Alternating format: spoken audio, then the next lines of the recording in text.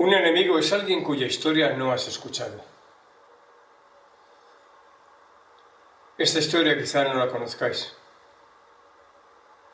Es la historia de dos mujeres enfrentadas en un combate del cual solo una puede sobrevivir. Es un antiguo combate, un viejo conflicto de clases que la historia arroja tras cada revolución fracasada. Pero no dejéis que las emociones os confundan. Solo son dos mujeres buscando un sentido a la violencia. Estamos en la España de 1942. Las cárceles están repletas de mujeres republicanas, unas condenadas a muerte, otras apenas de 30 años. Can Sales, la prisión para mujeres de Palma de Mallorca, es un antiguo hospicio para ancianos. Un lugar tranquilo y disciplinado donde las hermanitas de los pobres mantienen el orden. El verano es cálido y amable, como no puede ser de otra manera en esta hermosa isla mediterránea. Sopla la tramontana y agita las hojas de una alta y esbelta palmera situada en el patio de la prisión.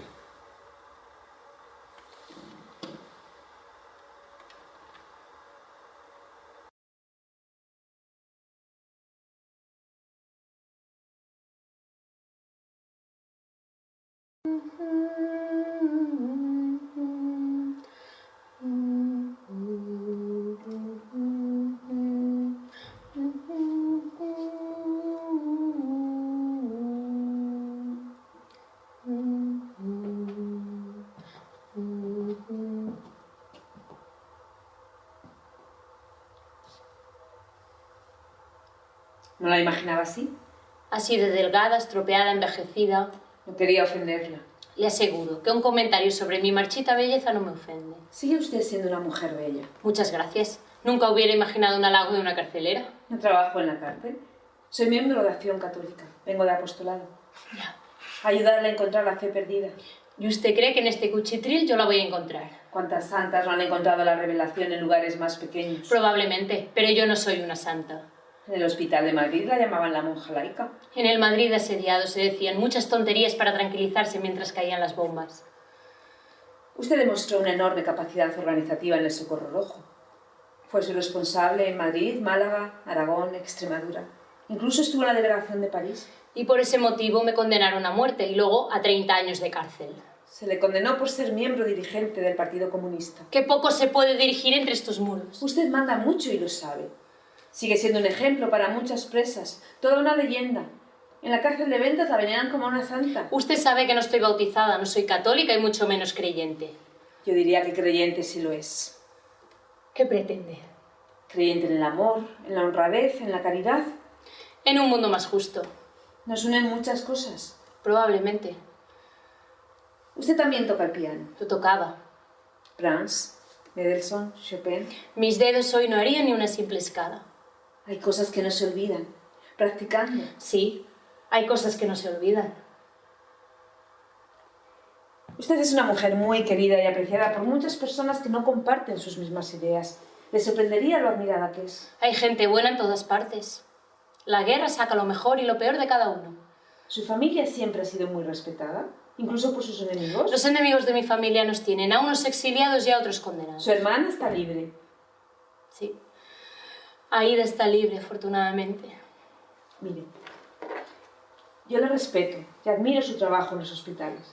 Por ese motivo me condenaron a 30 años, por defender la legalidad. No vengo aquí a hablar de política. Entonces, ¿qué hace usted aquí? Ofrecerle mi amistad y mi ayuda. ¿A cambio de qué? ¿A cambio de nada? Bueno, sí. A cambio de que me deje compartir su dolor, de que charlemos, que nos conozcamos, que seamos amigas. Amistad. No somos enemigas. ¿Usted cree que somos iguales? Por supuesto, así es. Pero una está con los vencedores y otra con los vencidos. En esta España que renace ya no hay vencedores ni vencidos. Es una España libre. Pues yo estoy con la mitad de la España condenada. Agradezco su generosidad, pero este ofrecimiento es una burla. Se olvida de que llevo meses aislada en esta celda solo por pedir mejores condiciones para las presas y por negarme a acudir a misa. Haré lo posible por suavizar su aislamiento. ¿Quién la envía? La generosidad y la bondad del director de la cárcel, del obispo y de mis superiores de Acción Católica. El apostolado de las Rojas. Si quiere llamarlo así. ¿Y qué otro nombre tiene? El apostolado del diálogo, del amor por los desposeídos. Y las condenadas. Aunque sean marxistas.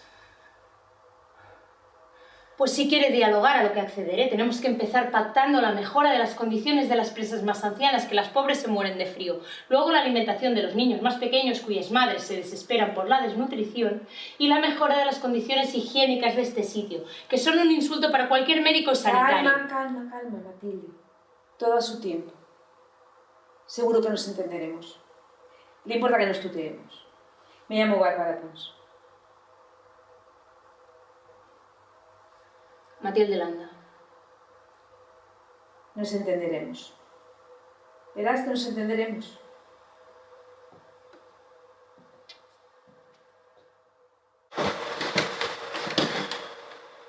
¿Cómo cohabitamos los vivos con los muertos?, se pregunta el poeta John Berger. ¿Qué relación mantenemos? Antes de que nuestra sociedad se deshumanizase, los vivos anhelaban alcanzar la experiencia de los muertos. Era su mayor objetivo: adquirir su memoria, compartir su conocimiento. Los vivos sin las vivencias de los muertos estaban incompletos. Ambos se necesitaban. Ahora, nuestro egoísmo, levantado con el individualismo y la codicia, han roto esta ligazón. La experiencia solo se adquiere en un mundo de transacciones comerciales. Las consecuencias son nefastas para los vivos, que solo piensan en los muertos como eliminados.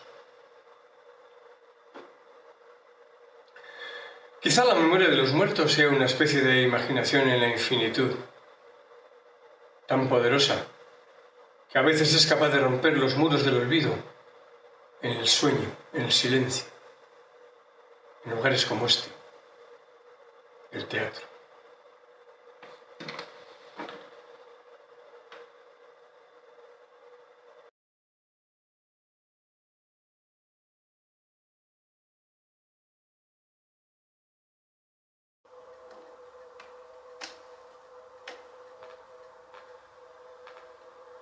Exijo que se cumpla el reglamento.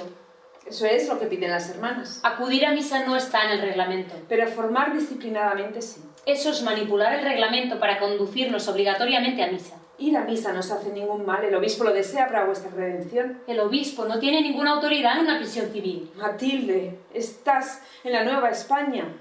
Nuestra cruzada ha sido por reconquistar una España católica. El obispo es la autoridad espiritual de Mallorca y estás en una prisión de Palma. Si no estamos bautizadas, no pertenecemos a vuestra iglesia. ¡Qué gran error! En esta Nueva España todo el mundo es católico. Nosotras, las catequistas de Acción Católica, estamos aquí para ayudaros. Convertir a los infieles a sangre y fuego, como habéis hecho durante siglos. Más tarde o más temprano, la verdad os será revelada.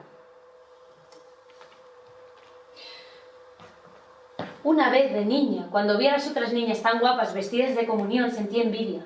Le pedí a mi padre poderme vestir como ellas. Él se rió y me dijo: haremos mejor una fiesta, familia y amigos. Organizamos una excursión de primavera al campo. Blancos manteles sobre la hierba. Madre nos colocó una preciosa corona de flores y unas enaguas blancas. Nos bañamos todos juntos en el río. Y entre chapoteos y carcajadas recuerdo la voz de mi padre decir: no está nada mal esta comunión primaveral, ¿verdad? Nada mal. Tus padres eran paganos y ateos. Nos educaron en otros valores. Ya en el agnosticismo de la institución libre de enseñanza. En la libertad de creencias y cultos. Yo no soy una mujer ignorante, ni déspota. Yo también respeto la libertad de creencias, pero por encima de todas ellas está la defensa ante la destrucción de los bárbaros, de los que en nada creen, de las turbas anárquicas manipulables en cuyos estallidos salvajes arrasan como aguas turbulentas, destruyéndolo todo y confundiendo libertad con libertinaje. Esos a los que tú llamas bárbaros no son otros que obreros, campesinos, gentes a las que, a pesar de haber mantenido alejados de la lectura y la escritura durante siglos, han desarrollado su propia cultura popular, gente práctica, con sentido común, que con sus manos crean riquezas en campos y fábricas.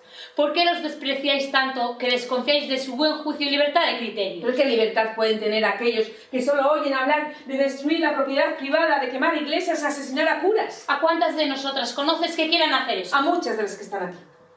Incluida yo. No. Lo tuyo es aún peor. Porque tú, teniendo educación, inteligencia, buena posición, dinero, tú has traicionado a los tuyos. Los míos. Vosotros sois los míos. Nunca deberías haberlo olvidado. Los míos son los trabajadores, los obreros. Sí, ya, propaganda comunista, los desheredados de la tierra. Te recuerdo que vosotras fuisteis las que con más saña perseguisteis a socialistas, anarquistas y a todos aquellos que no os obedecieran en nombre de vuestro partido, de la revolución bolchevique. Te recuerdo que las matanzas de Málaga, Badajoz, Guernica no las hemos hecho comunistas. La guerra es el lugar de la infamia y la ignominia. Las buenas gentes se transforman en seres monstruosos por miedo, por confusión, por decisiones terribles. No se puede vivir sin temor a Dios. Sin Él la existencia es un infierno. Los demonios nos invaden. Nada bueno es posible sin la presencia del buen Dios. El buen Dios. Y en el nombre del buen Dios os consoláis. En el nombre del buen Dios disteis un golpe de Estado. Permitisteis que canallas sin entrañas abusaran de inocentes, que las tropas africanas violaran a mujeres. En el nombre del buen Dios, en el temor del buen Dios. Dios terrible y vengativo que rapa la cabeza a las mujeres y las pasea por las calles. Dios colérico con los débiles y los derrotados. Y Dios es orden y bondad, misericordia y gracia. El orden de los asesinos, la bondad de los militares requetés falangistas que han convertido España en un cementerio. Mañana iréis a misa. Exijo que se cumpla el reglamento. No hay nada que exigir, tan solo que humildemente suplicar. No hay nada que suplicar. Pues entonces se cumplirá el reglamento. Formaréis y entraréis en capilla.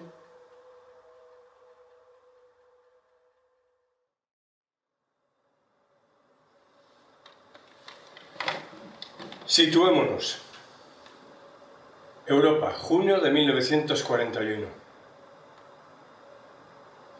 Alemania invade Dinamarca, Holanda, Bélgica, Francia, Grecia, Egipto, Irak, Ucrania. Solo resiste Inglaterra y los partisanos. Rusia también es invadida. Se estrecha el cerco sobre Moscú y Leningrado. Los japoneses bombardean Pearl Harbor. Estados Unidos declara la guerra a Japón, Alemania e Italia a Estados Unidos.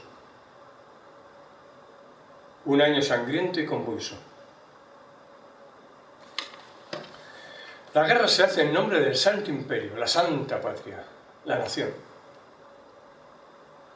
Siempre que se proclama la santidad de una causa, el olor de la sangre no está muy lejos, escribe Walter Benjamin, antes de suicidarse en la frontera con España, huyendo de los nazis.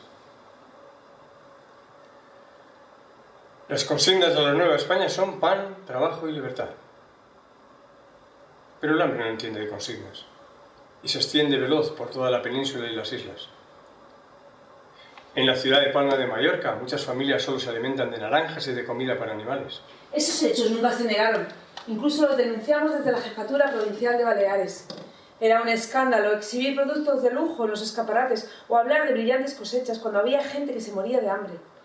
Señor narrador, algunas nunca tuvimos miedo ni reparo en denunciar lo que nos parecía injusto. La economía estaba hundida. Por el desastre económico del periodo rojo y los 3 años de guerra. Terminarás diciendo que el mercado negro y el extrapelo fueron obra de judíos y comunistas. Señores, por favor, no juzguen desde un futuro que no les pertenece. Y ese comentario es cruel y poco afortunado. Le recuerdo que viví hasta el año 1990. En los años 60 fundé la primera escuela asistencial de Mallorca. Me mantuve activa hasta mis 91 años. Mi hermano, Félix, fue opositor al régimen y participó en el contubernio de Múnich.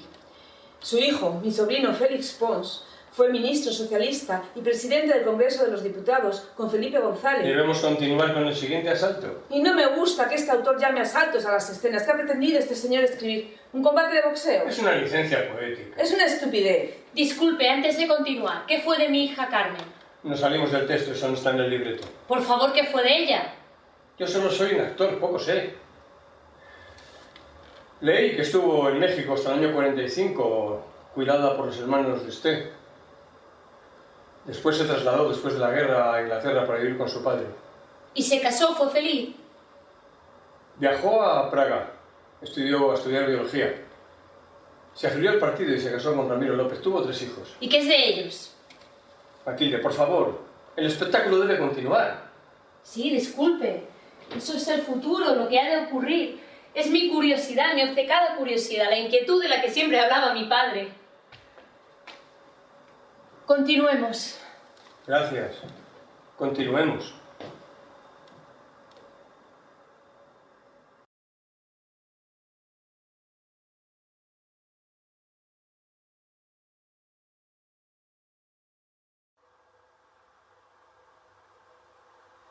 Ayer se les volvió a negar la leche a los niños. No pones nada de tu parte. Los niños están anémicos, necesitan leche y un poco de azúcar. Si tan solo dijeras que sí. Los creéis enfermos, desnutridos para presionarme. El obispo tiene mucho interés en tu conversión. El obispo utiliza el hambre de los niños y el sufrimiento de las madres para chantajearme. Tu conversión es primordial para la jerarquía. Otras ya lo han hecho. Regina García. Sí, la conocí en ventas. La conversión a cambio de leche infantil. El bautismo para el bien de tu alma. Qué extraña misericordia la tuya, Bárbara. Tu orgullo y soberbia por encima del hambre. Mi dignidad. Pero qué dignidad hay en tu resistencia. ¿Estás sola, aislada, sin marido, sin tu hija? Una pobre niña siempre sola, sin su madre, vagando por el mundo. Moscú, Londres, México. Tus amigos están muertos. Tu partido disuelto. Ya no hay futuro ni para ti ni para tus camaradas. Dicen que Hitler está a las puertas de Moscú y que Stalin desesperado busca un pacto como el del 39. Condenada de por vida en la cárcel, siempre rodeada de mujeres ignorantes, incultas, sin sensibilidad. ¿Dónde está la dignidad de tu resistencia? No lo sé dónde está. Quizás solo sea una palabra sin sentido. Una ilusión, mi vida. Tu vida es una derrota. El fracaso de una España engañada y envenenada por políticas que dieron la espalda a Dios y provocaron el odio y la destrucción en nombre de la justicia social. Justicia infame y atea que se revuelve contra la Iglesia y sus tradiciones. Justicia inmoral que quiere hacer de cada mujer una prostituta o una esclava. Matilde, Matilde, lo que tú llamas dignidad no es más que soberbia y orgullo ciego. Llevas tanto tiempo alejada de Dios que no puedes sentir su aliento divino y su infinita bondad. Tú, tan generosa, tan sacrificada, no quieres admitir al Dios misericordioso, el Dios que nos pone a prueba en nuestras dudas y cavilaciones para después mostrarse en su infinita sabiduría. ¿De qué estás hablando? De amor y bondad. ¿De qué estás hablando? No entiendo nada. ¿Qué significan estas extrañas palabras que has pronunciado? Amor, bondad, justicia, sabiduría. ¿A qué lengua pertenecen? No a la mía, no a la nuestra. Las palabras sirven para expresarse, para conocerse, para entender la realidad. Tus hermosas palabras son falsas en el mundo cruel en el que habitamos. Es un mundo de violencia, miseria, delaciones, palizas, asesinatos, torturas. Amor, justicia, bondad. ¿Tú me amas, Bárbara? ¿La policía política ama a la víctima que tortura? ¿El obispo nos ama cuando nos castiga por negarnos a besar su anillo? Las hermanas nos aman cuando se quedan con el pescado que los humildes pescadores nos traen a nosotras, infames presas. ¡Basta, basta! Basta. Dios no es responsable de los duros corazones que utilizan su nombre en vano. Si el obispo te castigó no fue por ofenderle a él, sino por ofender a la Iglesia y porque tu rebeldía es un mal ejemplo para las demás. Las chinches que nos rodean nos chupan la sangre porque su organismo lo necesita. No es bondad ni maldad, es la ley natural de ese organismo. La chinche es un parásito propagador de enfermedades que nace en la miseria y se cría entre la podredumbre. Así es, Bárbara. Las chinches crecen en lugares como este, donde la falta de higiene permite su fácil reproducción. El amontonamiento de nuestras celdas es el lugar ideal para que pongan sus huevos y los alimenten. Y solo la limpieza y la higiene, el orden y la disciplina son capaces de exterminarlas. Es preciso quemar sus nidos, los colchones, las ropas donde habitan. El fuego purificador que limpia y salva. La chinche busca su espacio vital. Su organismo solo se desarrolla y reproduce en ciertas condiciones, si no muere. Y es tortura y dolor para la pobre infectada. Entonces, Bárbara, en esta mísera cárcel de Palma, ¿quién es la chinche? ¿Vosotras o nosotras? No te entiendo. ¿Quién es el parásito? Ya. Eres muy inteligente. Pero no te engañes. Vosotras sois el excremento y la suciedad. Y tú la chinche reina. Tú, la privilegiada, la que lo ha tenido todo y todo lo ha perdido por unos ideales imposibles e inalcanzables. Tú eres la responsable de que esta pútrida cárcel esté infectada de parásitos de toda calaña. Tú y las tuyas habéis elegido fomentar la sordidez y el abandono moral. Aspiráis a reinar en su pocilga, a dirigirlas y organizarlas, y os destruís y pudrís en el intento. Los organismos vivos se rigen por sus propias leyes. Le dais a toda una categoría moral, un destino sin opción a libertad. Está el libre albedrío. Sí, y si te sales del camino pactado, eres insultada y condenada. El Papa Pío XI lo explica muy bien. Hay que resistir, no dejarse ensuciar por enfermedades morales, no contaminarse. El cuerpo humano no es el cuerpo social. Tus ejemplos son solo cuentos morales. El cuerpo humano es tan complejo que todavía desconocemos sus reglas. La biología está en sus comienzos. El cuerpo social es mucho más elemental. Las ciencias económicas y sociales nos enseñan cómo el poder de unas clases sobre otras se debe a la acumulación de riqueza en unos pocos, en leyes y tradiciones que buscan perpetuarse como si fuesen eternas y sagradas. El cuerpo social no es inamovible. La historia nos enseña cómo los pueblos se transforman y evolucionan. Las clases sociales no son eternas. ¡Qué gran mentira! ¡Qué terrible ilusión querer verlo todo como una lucha inacabable, como una agotadora batalla social! La naturaleza se transforma, las especies evolucionan. ¡Tonterías! La naturaleza salvaje es posible, pero la naturaleza humana no. La naturaleza humana está bajo el manto divino. Vosotras, alejadas de Dios, no entendéis nada de su orden y armonía. La armonía de las esferas. La armonía de los ángeles, la dicha de la música celestial. El orden musical. El orden divino. Mozart. La fe revelada en Juan Sebastián Bach. Las variaciones armónicas de la jerarquía musical. La exaltación y alegría de Dios. Pero si son matemáticas, Bárbara, Es solo fe, matemáticas. ignorante, es fe.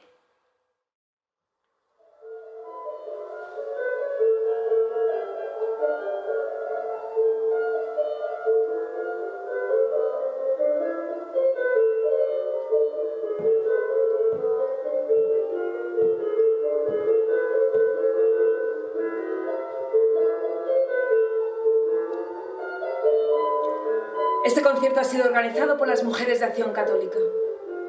La caridad del obispo ha querido ofrecer a las condenadas un poco de consuelo a sus atormentadas conciencias. Quizá la elevación espiritual de Bach les acerca a la fe verdadera y alivie sus tortuosos espíritus. El pianista es el padre Joan María Tomás, compositor, musicólogo, amigo, una eminencia reconocida en todo el mundo. Es el fundador de la Capilla Clásica de Mallorca, la mejor coral de España. Cantaron en Madrid durante los funerales de José Antonio. Gracias a Joan María, los mejores músicos han pasado por Mallorca. Falla, Ravel, Montpont, Turina, incluso Stravinsky.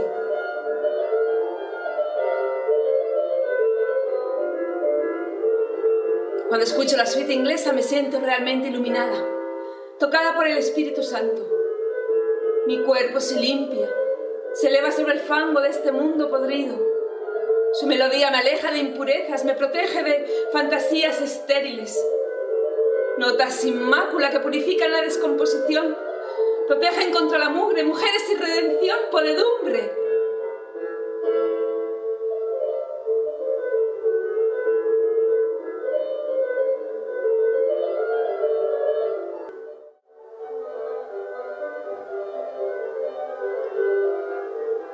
Qué sencillez, cuánta belleza y sabiduría, este oasis de paz.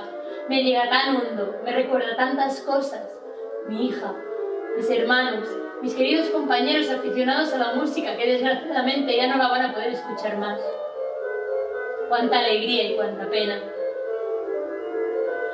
No soy más que un pobre volcán consumido, un trozo de tierra arrasada, lengua deshecha. Palabras aniquiladas se agrietan mi boca, desangrándola. La fiebre devora mi cerebro, vaciándolo, desgarrándolo. Mis nervios son cristales rotos que me arrastran a un desesperado bramido de asco e impotencia.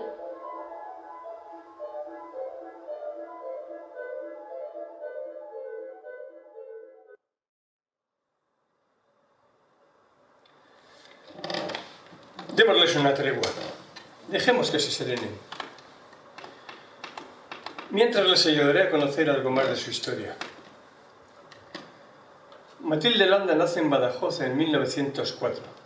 En 1942 tiene 38 años. La guerra y la cárcel la han desgastado. Pueden ampliar información en Google. Aparecen aproximadamente 231.000 resultados con su nombre. Bárbara Pons nace en Sóller, Mallorca, en 1899. En esa época tiene 43 años, pero en Google su nombre no aparece. Se confunde con el de otras muchas Bárbaras, arquitectas, abogadas, financieras, cantantes, pero ninguna Bárbara Pons Marqués, dama de Acción Católica. Su nombre solo se cita en relación con Matilde Landa. Paradojas de la historia. La vencedora olvidada y la vencida recordada en biografías, blogs, noticias, canciones. Algunas asociaciones culturales llevan su nombre. Dos mujeres de la misma generación, ambas de familias acomodadas y cultas. El padre de Matilde de Aranda es un conocido abogado de Badajoz, librepensador, republicano y laico. Toda la familia ligada a la institución libre de enseñanza donde Matilde estudia. Pero es necesario aburrir al público con todos estos datos. ¿A quién le interesan? El pasado ya es pasado. Y yo quiero futuro. Durante estos largos días de aislamiento me pregunto obsesivamente, ¿en un futuro triunfará el comunismo?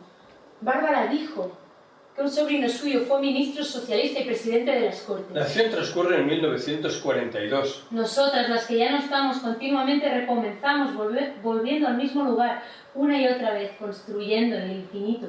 El estado del universo en cada instante es transformar, construir. ¿Pero qué pasó? ¿Por qué este autor se interesa tanto por nosotras? España no ha cambiado, sigue siendo fascista, Franco vive. Murió de viejo en la cama, miserablemente. España es una monarquía. ¿Volvieron los Borbones? ¿Y el socialismo? ¿Qué pasó con el comunismo en Rusia? Te morirías de espanto si lo supieras. ¿Por qué? ¿Por qué dices eso? Porque resultó que tu amigo Stalin fue mucho peor que Hitler y Franco juntos. Tanta sangre, tanta lucha, tanto sufrimiento. El autor escribe para conocer su presente, pero necesita de la memoria que se extiende en el tiempo, la de los muertos. Los vivos somos el núcleo de los muertos, vosotros nos envolvéis. Somos una comunidad de vivos y muertos, os necesitamos. La memoria de los muertos, una forma de imaginación.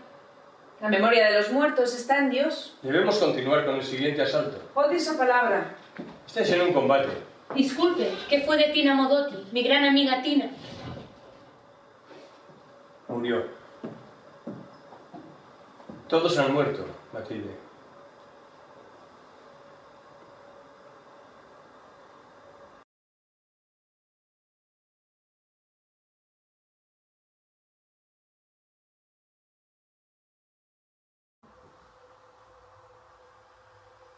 El combate, el permanente combate, el padre de todas las cosas.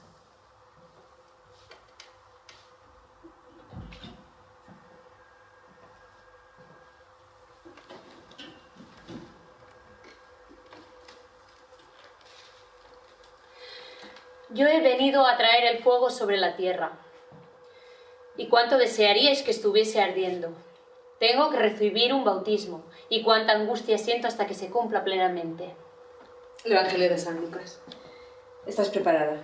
¿Pensáis que he venido a traer la paz sobre la tierra? No. Os digo que he venido a traer la división. Cualquiera que venga a mí y no odie a su padre y a su madre, a su mujer y a sus hijos, a sus hermanos y hermanas, incluso no odie a su propia vida, no puede ser mi discípulo. ¿Es esta la conversión que tú deseas? ¿Es este el amor cristiano? Cristo habla de la fe, de la vida eterna, del amor universal a través del amor divino, abandonando todo por él. Amor ciego, sin fisuras, amor absoluto a la humanidad representada en él, Cristo Dios, Cristo hombre. Pero no es amor universal, puesto que hay una excepción de odio y violencia contra los que se oponen y no le siguen. Es amor al bien y no al mal, no a los que reniegan de la fe. Entonces no es amor universal, puesto que hay una excepción, sus enemigos. Sí, los enemigos de Cristo y de la Iglesia. Contra ellos, odio y violencia. Y misericordia y perdón. Cristo anuncia que no viene a traer la paz, sino la espada. La espada es la palabra del propio Dios que separa la verdad del error. Cristo no habla de violencia, sino de limpieza espiritual. Limpieza, castigo, ciega obediencia. ¿Qué pocos queda para defender el genocidio? La quema de herejes, la expulsión de judíos, moriscos. Cuánto odio para ocultar el miedo, las fantasías de dominación. No, eso son interpretaciones manipuladas. El mensaje de Cristo es un mensaje de amor. Deja que te lea yo. El amor es paciente y bondadoso. No tiene envidia, ni orgullo, ni jactancia. No es grosero ni egoísta. No se irrita ni lleva cuentas del mal. No se alegra de la injusticia, sino que encuentra su alegría en la verdad. Todo lo excusa, todo lo cree, todo lo espera, todo lo aguanta. Yo te amo con las mismas palabras que San Pablo a los Corintios. Te amo con toda mi alma.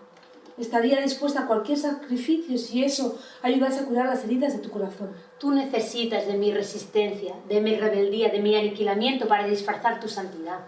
Necesitas sufrir, fingir padecimiento, porque en esta ocasión los papeles están invertidos. La atea es la víctima y la cristiana el verdugo. Tu soberbia te hace ridícula. Eres un fantoche. Tú sola te abrazas en tu propio infierno.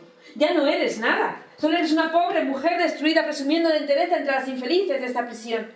¿Te crees que porque te vitorearan al salir de la cárcel de Ventas te van a seguir recordando mucho tiempo? Allí eras la patética reina del lodazal y aquí reinas en las letrinas. ¿Tú me amas, Bárbara? Perdóname. Perdona mi cólera, mi ira. Podrás perdonarme, ¿verdad? No te imaginas lo que desearía, que nos fundiéramos en un abrazo que nos alejara de este combate sangriento y que nos trasladase a un remanso de paz donde nuestros cuerpos quedaran libres, sin lastres, desnudos de corazas y armaduras. Sería tan hermoso que juntas pudiéramos disfrutar del éxtasis de la música, de la dicha de la palabra sagrada, de la alegría de la vida sin odios y sin rencores. Pero ya sé que no es posible, porque aunque yo lo anhele, tú lo desprecias con tu egoísmo ideológico y absurda firmeza. Por eso te rechazo, por tu inteligencia cínica e insensible voluntad. Tienes un alma maléfica y embaucadora que arrastra al caos y la destrucción. Bajo el aspecto de santa inocente comunista se esconde la diosa cálida de la devastación. Tú no quieres a nadie. Eres tan fuerte, tan poderosa que todo te es indiferente. Tú no amas, desprecias. Nos desprecias a todas, incluidas tus camaradas que te obedecen como borregas. Te vanaglorias de tu entereza, encallecida por el dolor, un dolor causado por los tuyos.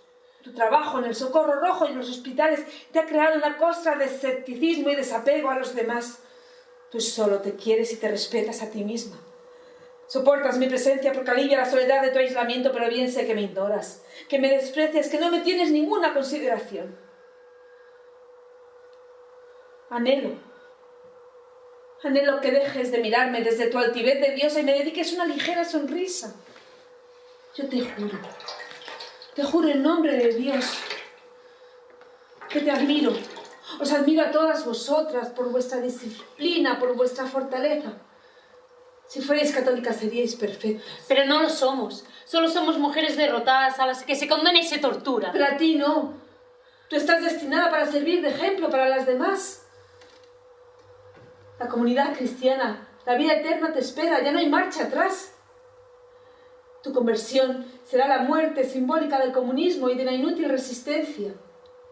Nacerás a una nueva vida. Se borrarán los errores de tu vida anterior, se perdonarán tus pecados. Te alejarás de aquella militante ciega y al final admitirás que solo la ceguera y la idolatría de la República fueron las responsables de los desastres de la guerra. Tú no quieres convertirme, quieres anularme. Muerte total, que traicione todo aquello que amo, que desaparezca cualquier narrativa de resistencia. Seguirás siendo una santa ejemplar, pero católica. Otra forma de resistencia es el suicidio. No, por Dios, Matilde, ni lo pronuncies.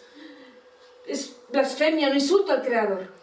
Con el suicidio, mi derrota se convierte en un éxito político. No, Matilde, no, ni lo pienses. El suicidio es la condena eterna. Yo ya estoy condenada. No, no lo estás. Si tú te condenas, nos condenamos juntas. Nuestras vidas están entrelazadas. Son inseparables nuestros destinos.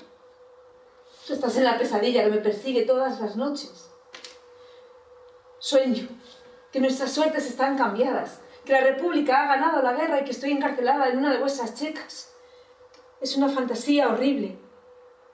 Tú me pides que aborrezca de Dios y que me convierta a la fe marxista. Es un delirio espantoso, un horror. El miedo y la angustia son inaguantables. No tengo tu entereza y me derrumbo. Y tú estás ahí, sentada, callada, sin decir nada, solo me ofreces un vaso de agua. Quiero correr y no puedo. Consigo arrastrarme hacia la ventana y solo pienso en saltar al vacío, a la nada más espantosa. Me vuelvo pidiéndote ayuda, ya no estás. Solo queda el vaso de agua. Me quedo despierta hasta el amanecer, odiándote, rogando y rezando a Dios que me perdone, que me libere de este odio.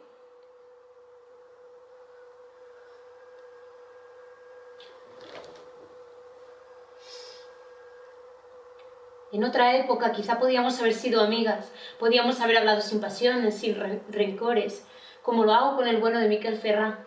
Con él es todo mucho más sencillo. Hablamos, discutimos. Ninguno intenta convencer al otro.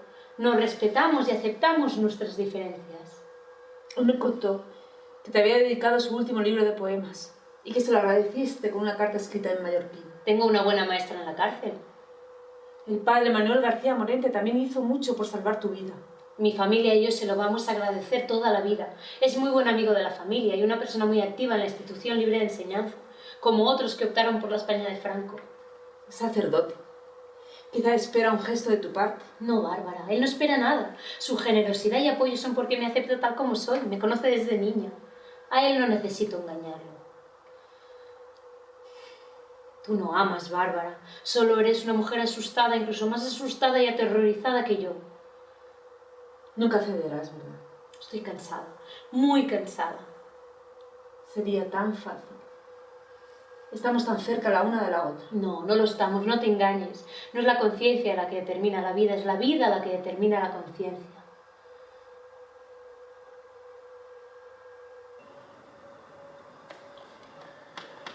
En junio de 1942, los responsables de Acción Católica dan la batalla por perdida.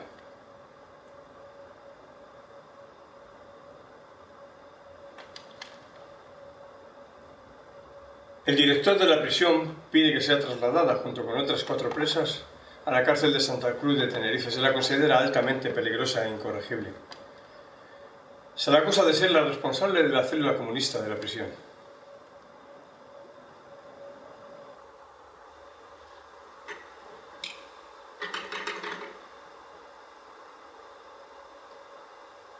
Soy yo.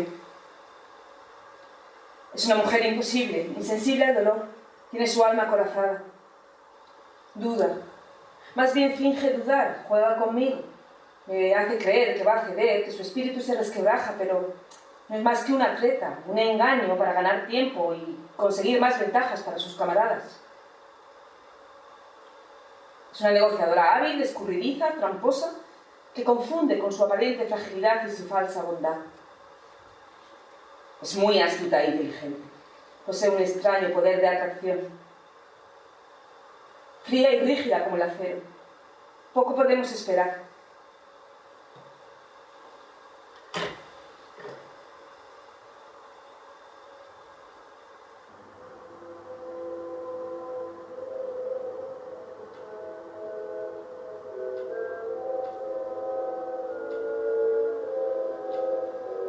Nosotras solo somos memoria detenida en el tiempo, recuerdos, solo evocación que se desvanece.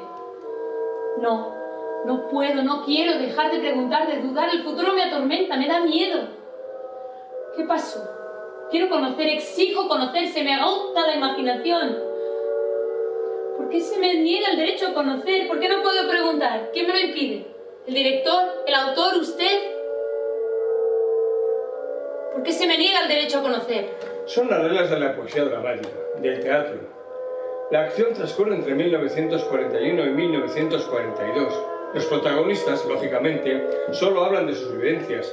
No tiene sentido opinar sobre lo que pasó 75 años después. Usted lo hace y es un personaje de ficción, ¿no es cierto? No, yo solo soy un actor que hace de un actor. No estoy sujeto a la época. No es coherente, no me parece bien. Si esto es una obra moderna, puede romper las reglas. Es lo que exigen las vanguardias artísticas, el teatro nuevo y comprometido, crear un arte liberador. Si no, ¿para qué nos sirve? Pirandello escribió una comedia en la que los personajes salían en busca del autor y aparecían en uno de los ensayos exigiendo contar su historia. Y Unamuno hace que su protagonista se enfrente con él en su novela Niebla.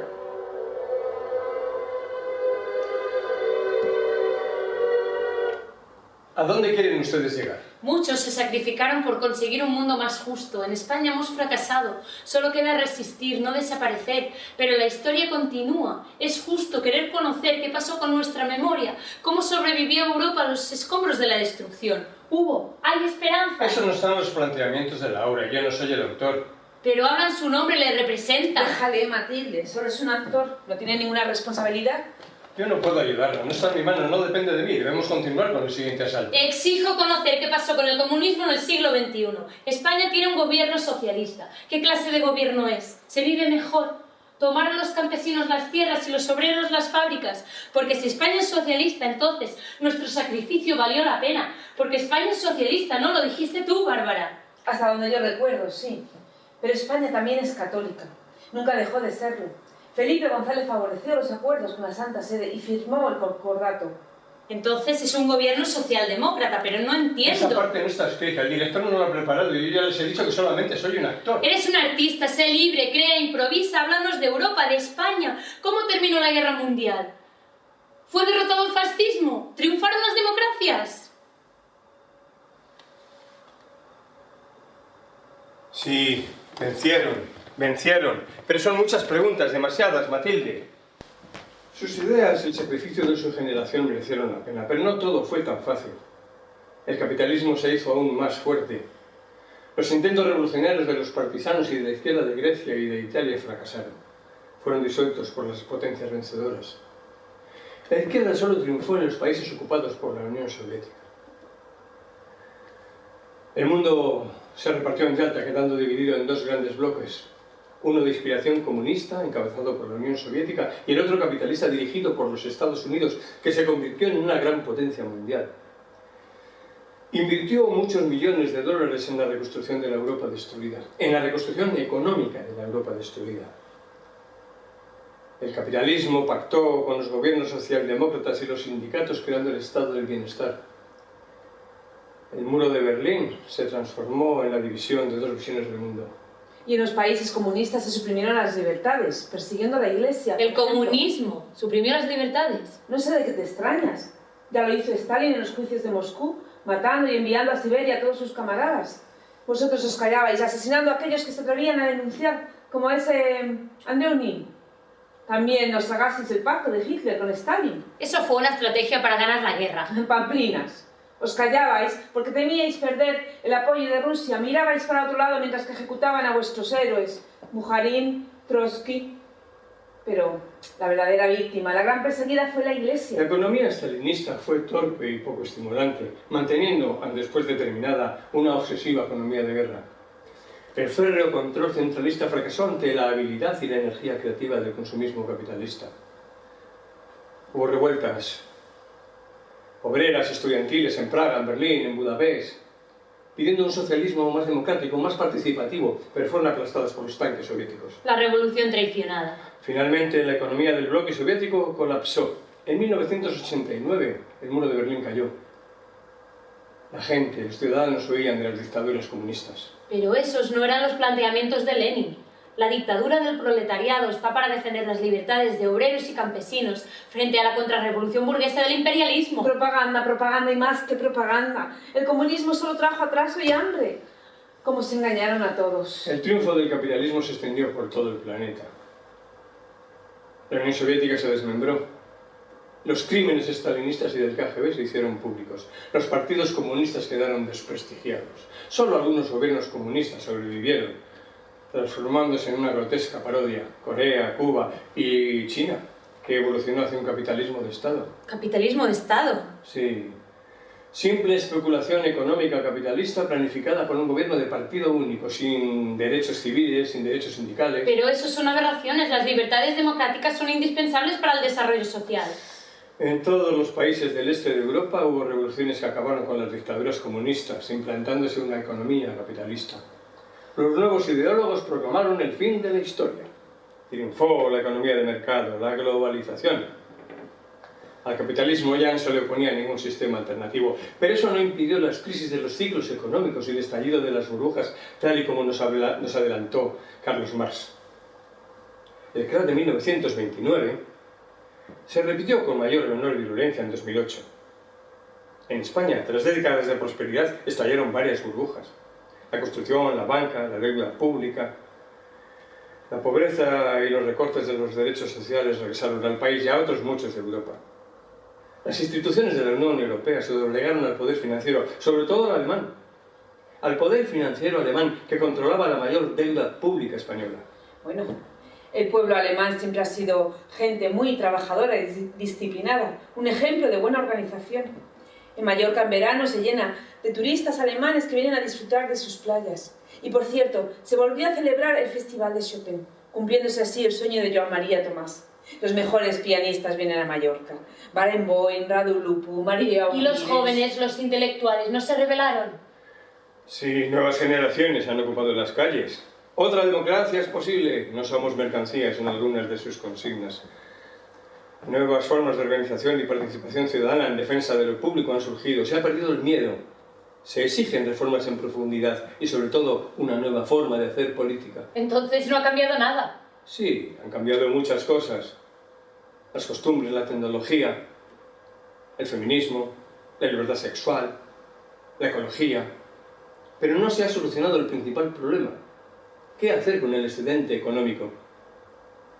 Porque el hambre y la pobreza no es el problema de la humanidad, sino la acumulación de riqueza en las manos de unos pocos que condenan al resto a la desigualdad y a la incertidumbre.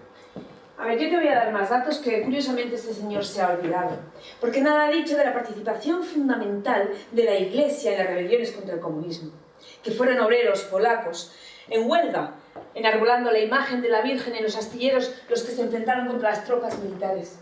Que fue un obispo polaco perseguido por los comunistas el que se convirtió en nuestro Papa Juan Pablo II, que liberó a los pueblos eslavos del yugo y les ayudó a recuperar la fe en el cristianismo.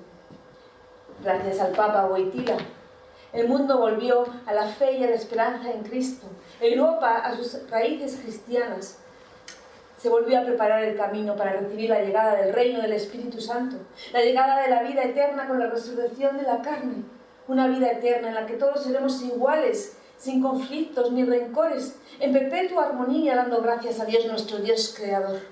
Quizá nuestra pobre imaginación sea incapaz de soñar otro comunismo que el primitivo cristiano.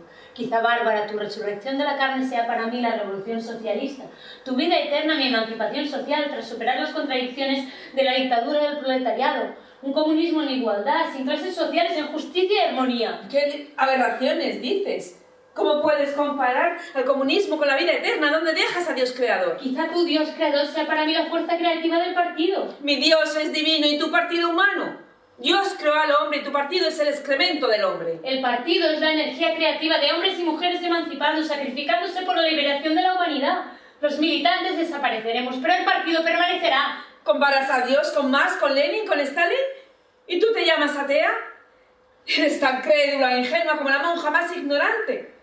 Resulta curioso que de las dos tú seas la idealista y yo la materialista, la realista, la que sabe entender los hechos, la que no sueña con fantasías, la que tiene los pies sobre la tierra.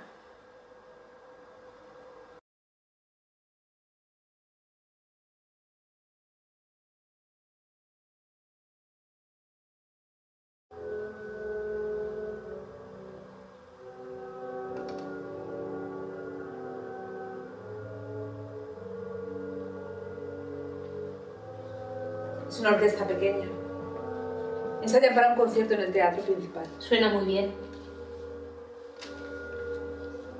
Lamento comunicarte que ante tu resistencia al bautismo, el director de la cárcel ha solicitado tu traslado al penal de Santa Cruz de Tenerife.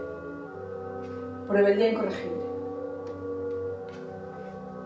Serás trasladado con 4 presas más. Nada he podido hacer. Mis súplicas no han sido atendidas.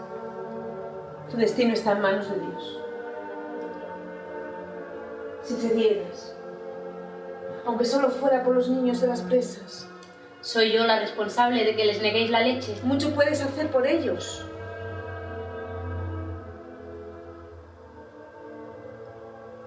Mientras que llega la orden de traslado, el director me ha permitido traerte algunos libros. Las poesías de Gustavo Adolfo Bécquer, las confesiones de San Agustín y los Hechos de los Apóstoles.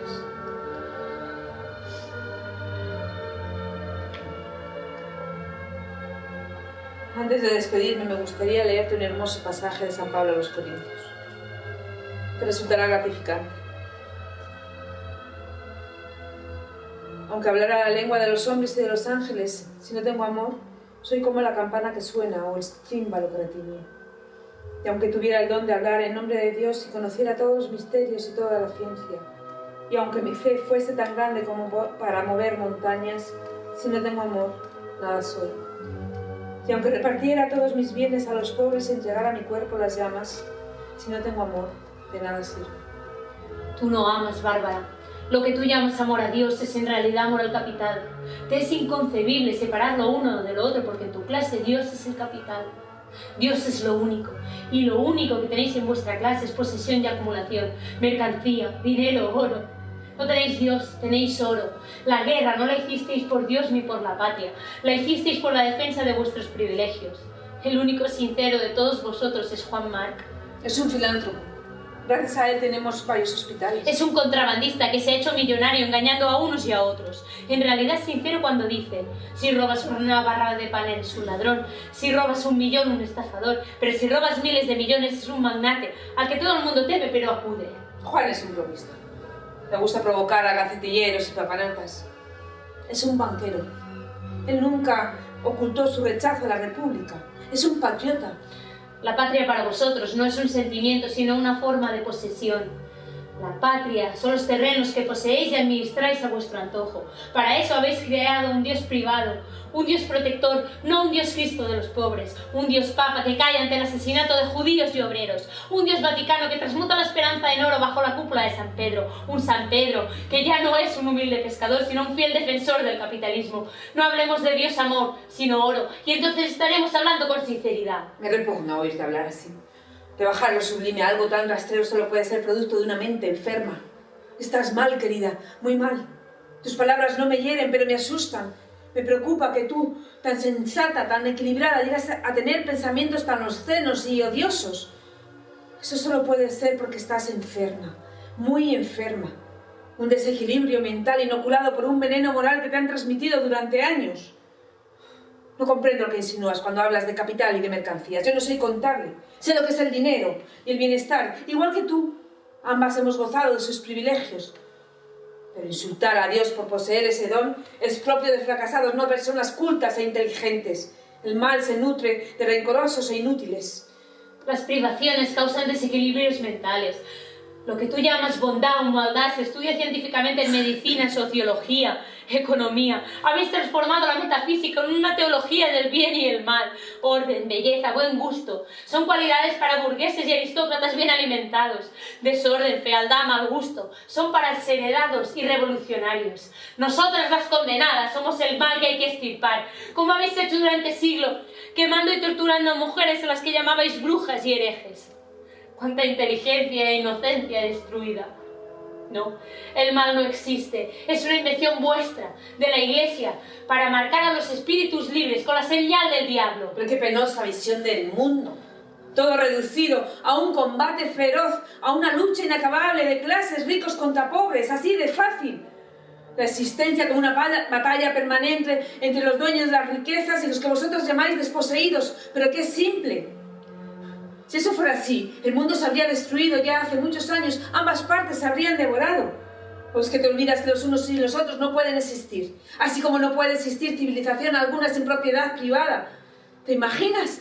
A los pobres desheredados gobernando al mundo, planificando ciudades, construyendo catedrales, abriendo rutas marítimas, levantando puentes, construyendo fábricas. O por el contrario, ¿te imaginas que podría ser eso posible sin los brazos de los obreros, de los artesanos, de los trabajadores de todas clases? Podrían haber levantado todas esas riquezas y disfrutar de ellas sin la sabia dirección de sus dirigentes.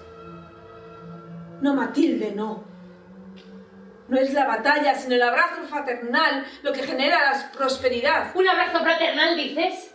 Ojalá fuese cierto. Hay por ahí una guerra mundial. El mundo se destroza por la codicia de los poderosos. Es una guerra provocada por las grandes corporaciones, por la expansión de sus dominios, por el saqueo y el control de sus colonias. No se habla de explotación, saqueo, control. No, se habla de Dios, patria, amor, bondad. Un abrazo fraternal, dices. Lo que hay ahí fuera es el estrangulamiento del fuerte al débil. Es el nuevo juego del capital para repartirse el tablero del mundo. El mal para ti es el capital y para mí los impíos. Yo también reniego del capital cuando es injusto y abusivo. El germen de la maldad está en la injusticia. Pero qué mal hay en el ahorro honrado de los campesinos. No insultes mi inteligencia. De acciones o de bonos de bolsa. Ya empezamos a entendernos. La riqueza de terratenientes y financieros. ¿Qué hay de recriminatorio en la riqueza cuando es una riqueza justa, ganada honradamente, compartida con caridad y filantropía? Porque esas riquezas y posesiones vienen de la explotación de las colonias, del saqueo de las guerras africanas, de la miseria de los barrios obreros, de las jornadas a sol de los campesinos, del analfabetismo. ¡Basta, basta! Eres un volcán siempre escupiendo lava por tu boca. Estoy abrasada por dentro. Pues consúmete, consúmete.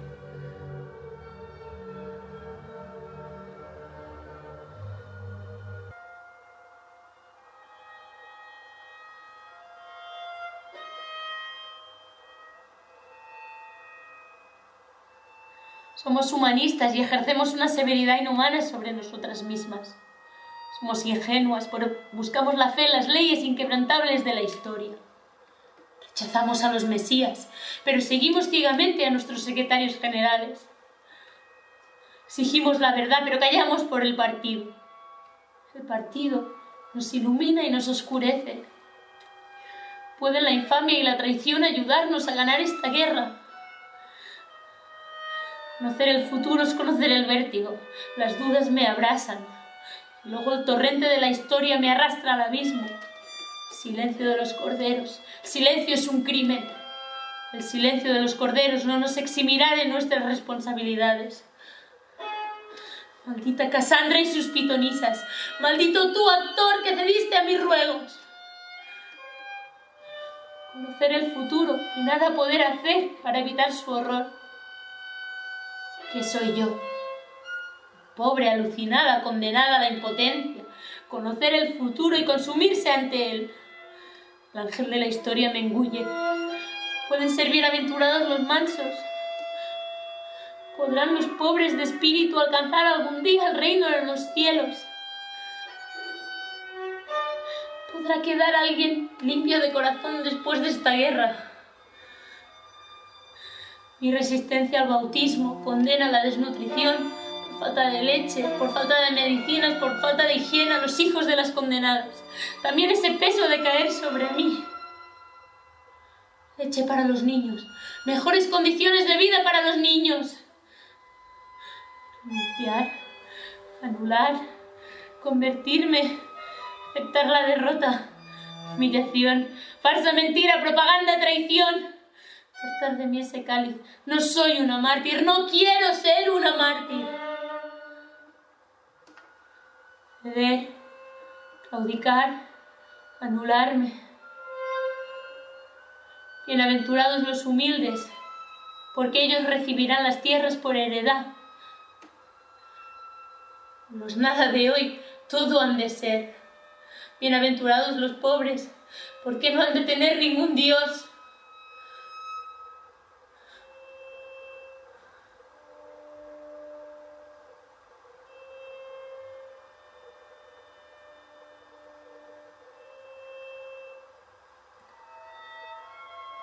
Una de las dos está en el lugar equivocado. En el lugar equivocado. Las dos pertenecemos al mismo vientre. Al mismo vientre. Flotamos en el mismo líquido. Nos une el mismo cordón. Absorbemos los mismos fluidos. Los mismos fluidos. Cuerpos fundidos, inivitelinos, en la misma madre. En la misma madre. Dependemos la una de la otra. Pero una es más fuerte que la otra. Más fuerte que la otra. Solo una puede sobrevivir. Sobrevivir en la profundidad de esta caverna, a condición de destruir a la otra. Destruir a la otra. ¿A dónde ir? ¿A dónde ir? ¿A dónde ir? Siempre la otra, flotando sumergida en el mismo vientre.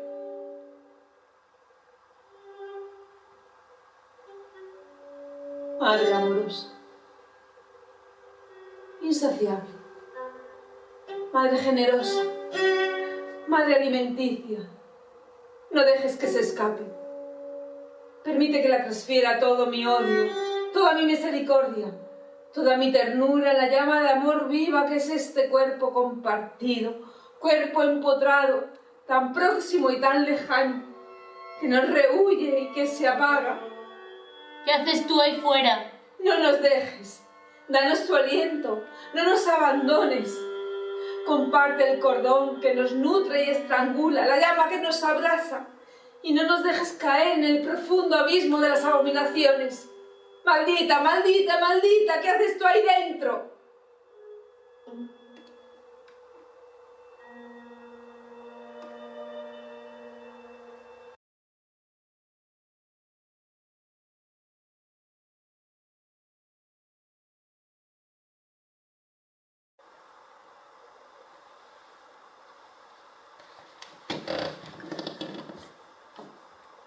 Quien cruza la frontera entre los vivos y los muertos no queda indemne.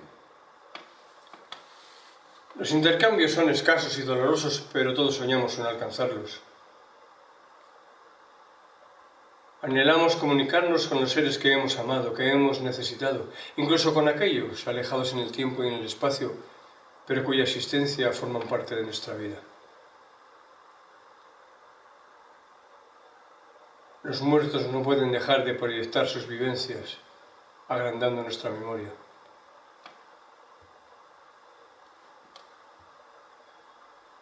Septiembre de 1942.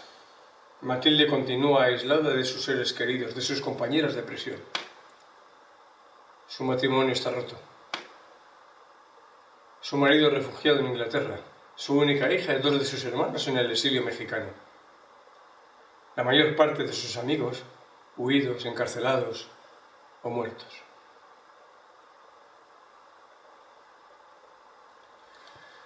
El partido ha quedado disuelto en el interior. Heriberto Quiñones y otros dirigentes torturados y fusilados. El secretario general, José Díaz, se suicida en Rusia. La guerra continúa. Los nazis estrechan el cerco sobre Leningrado.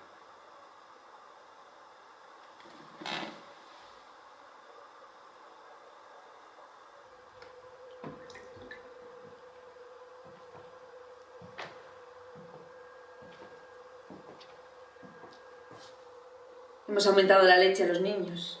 Habitamos en la demolición. Las madres quieren saber si te lo deben aquí. La legalidad no es otra cosa que el triunfo del más fuerte, el éxito del terror que se impone. Han pedido comulgar, bautizar a sus hijos. Nosotras somos la miseria de vuestro Dios. Organizarán una fiesta. ¿Quieren saber si las acompañarás? Un Dios que se autodestruye para volver a renacer. La leche de sus hijos te la deben a ti. Para resucitar en un mundo más justo. Pronto formarán parte de la iglesia triunfante. Cristo torturado, Cristo sacrificado. Ese es mi calvario. Tu redención. ¿De qué? De la soberbia. ¿Y luego? La plenitud de la vida eterna en el seno de la iglesia. Una vida en el vacío. Tu vacío solo conduce a la desesperación. El vacío es lo único que me queda. Eres una mujer siniestra. La vida es un inmenso vacío que llenamos con nuestros actos. Hablas como esos personajes desesperados de Dostoyevsky. Hablo desde la fugacidad del meteoro. Su sentido es colapsar con otros cuerpos o vagar por el cosmos. Eso no es vida, solo cenizas. ¿Qué otra cosa es la existencia? Dejar que Cristo entre en ti, aceptarlo. Desearía tanto creer en tus palabras. Hazlo, confía. Cristo te llama. ¿Cómo están los niños? Sonrientes, satisfechos en los brazos de sus madres. Juntos recibirán el bautismo. Cristianizados a cambio de un poco de leche. Tus camaradas lo han aceptado. Más vale la satisfacción de la leche que el hambre por el orgullo estéril. Somos supervivientes. Comparte con ellas su alegría. Mi bautismo es tu triunfo. Lo anhelas mucho, ¿verdad? Con júbilo la iglesia te espera. Yo no soy digna. Confía en Dios. Tienes una hija. ¿Algún día lo compartirás con ella? ¿Y qué le ofreceré? Una mentira, una conversión de conveniencia. Ahora estás confusa. Con el tiempo lo verás todo distinto. El vacío. Solo veo el vacío. Hazlo por tu hija. Por ella. Por los niños. Ven. Ven a mí. Ven a Cristo. Abrázame.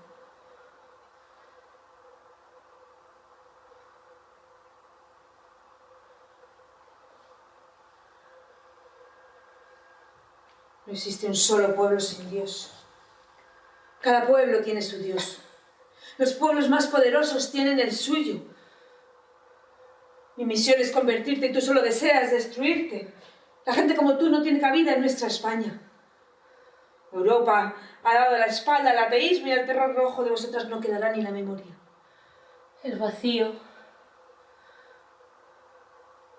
Todas esperan tu bautismo. No las defraudes. No amargues su alegría.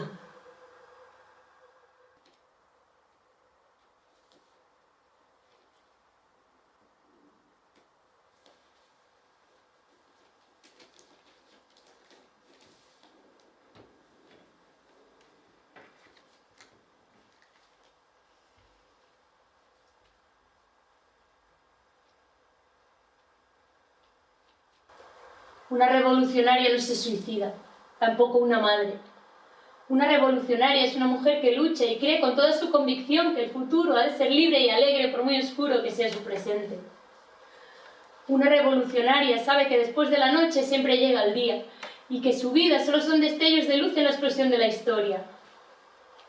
Una revolucionaria ama a la humanidad y sabe que la explotación y la injusticia se debe al egoísmo de unos pocos sobre la mayoría. Una comunista sabe que es indigno ocultar sus ideas y propósitos y que las clases dominantes tiemblan ante la revolución comunista y que el proletariado tiene muy poco que perder, tan solo sus cadenas, y tiene todo un mundo por ganar. Una revolucionaria es una mujer que ama. Una revolucionaria sabe cuándo sus fuerzas se agotan y cuándo una derrota puede convertirse en un acto de esperanza.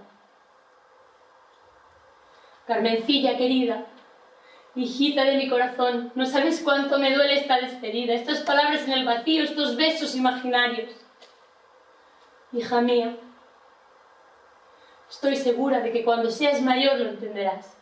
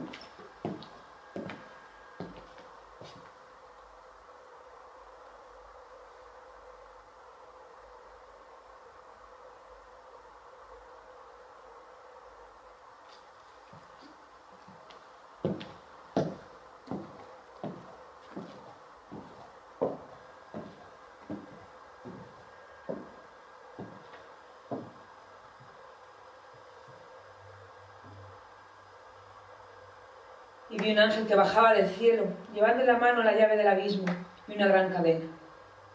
Apresó al dragón, la antigua serpiente, que es el diablo y Satanás, y la encadenó por 1000 años. Lo arrojó al abismo, cerró y selló la entrada, para que no pueda seducir más a las naciones hasta que hayan pasado los 1000 años.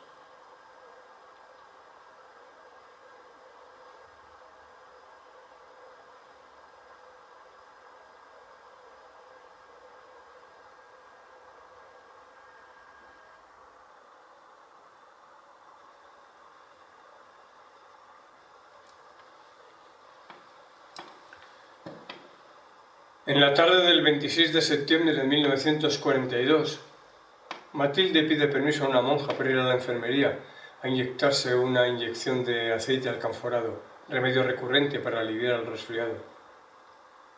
Se escabulle hasta la azotea y sentándose en la baranda se arroja al vacío.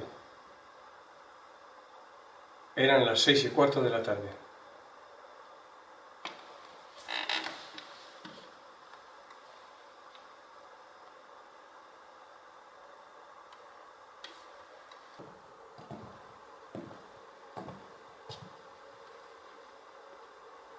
Creemos que fue un ataque epiléptico.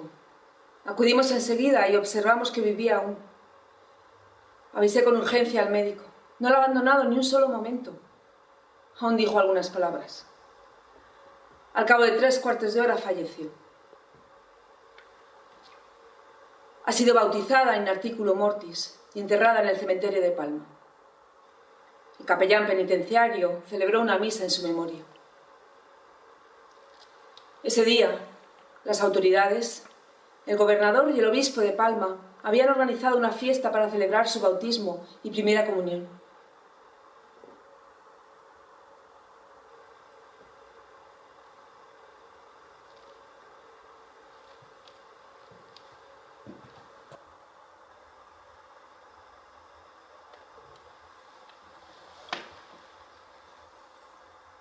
El combate ha finalizado. Recuerden, un enemigo es alguien cuya historia no has escuchado.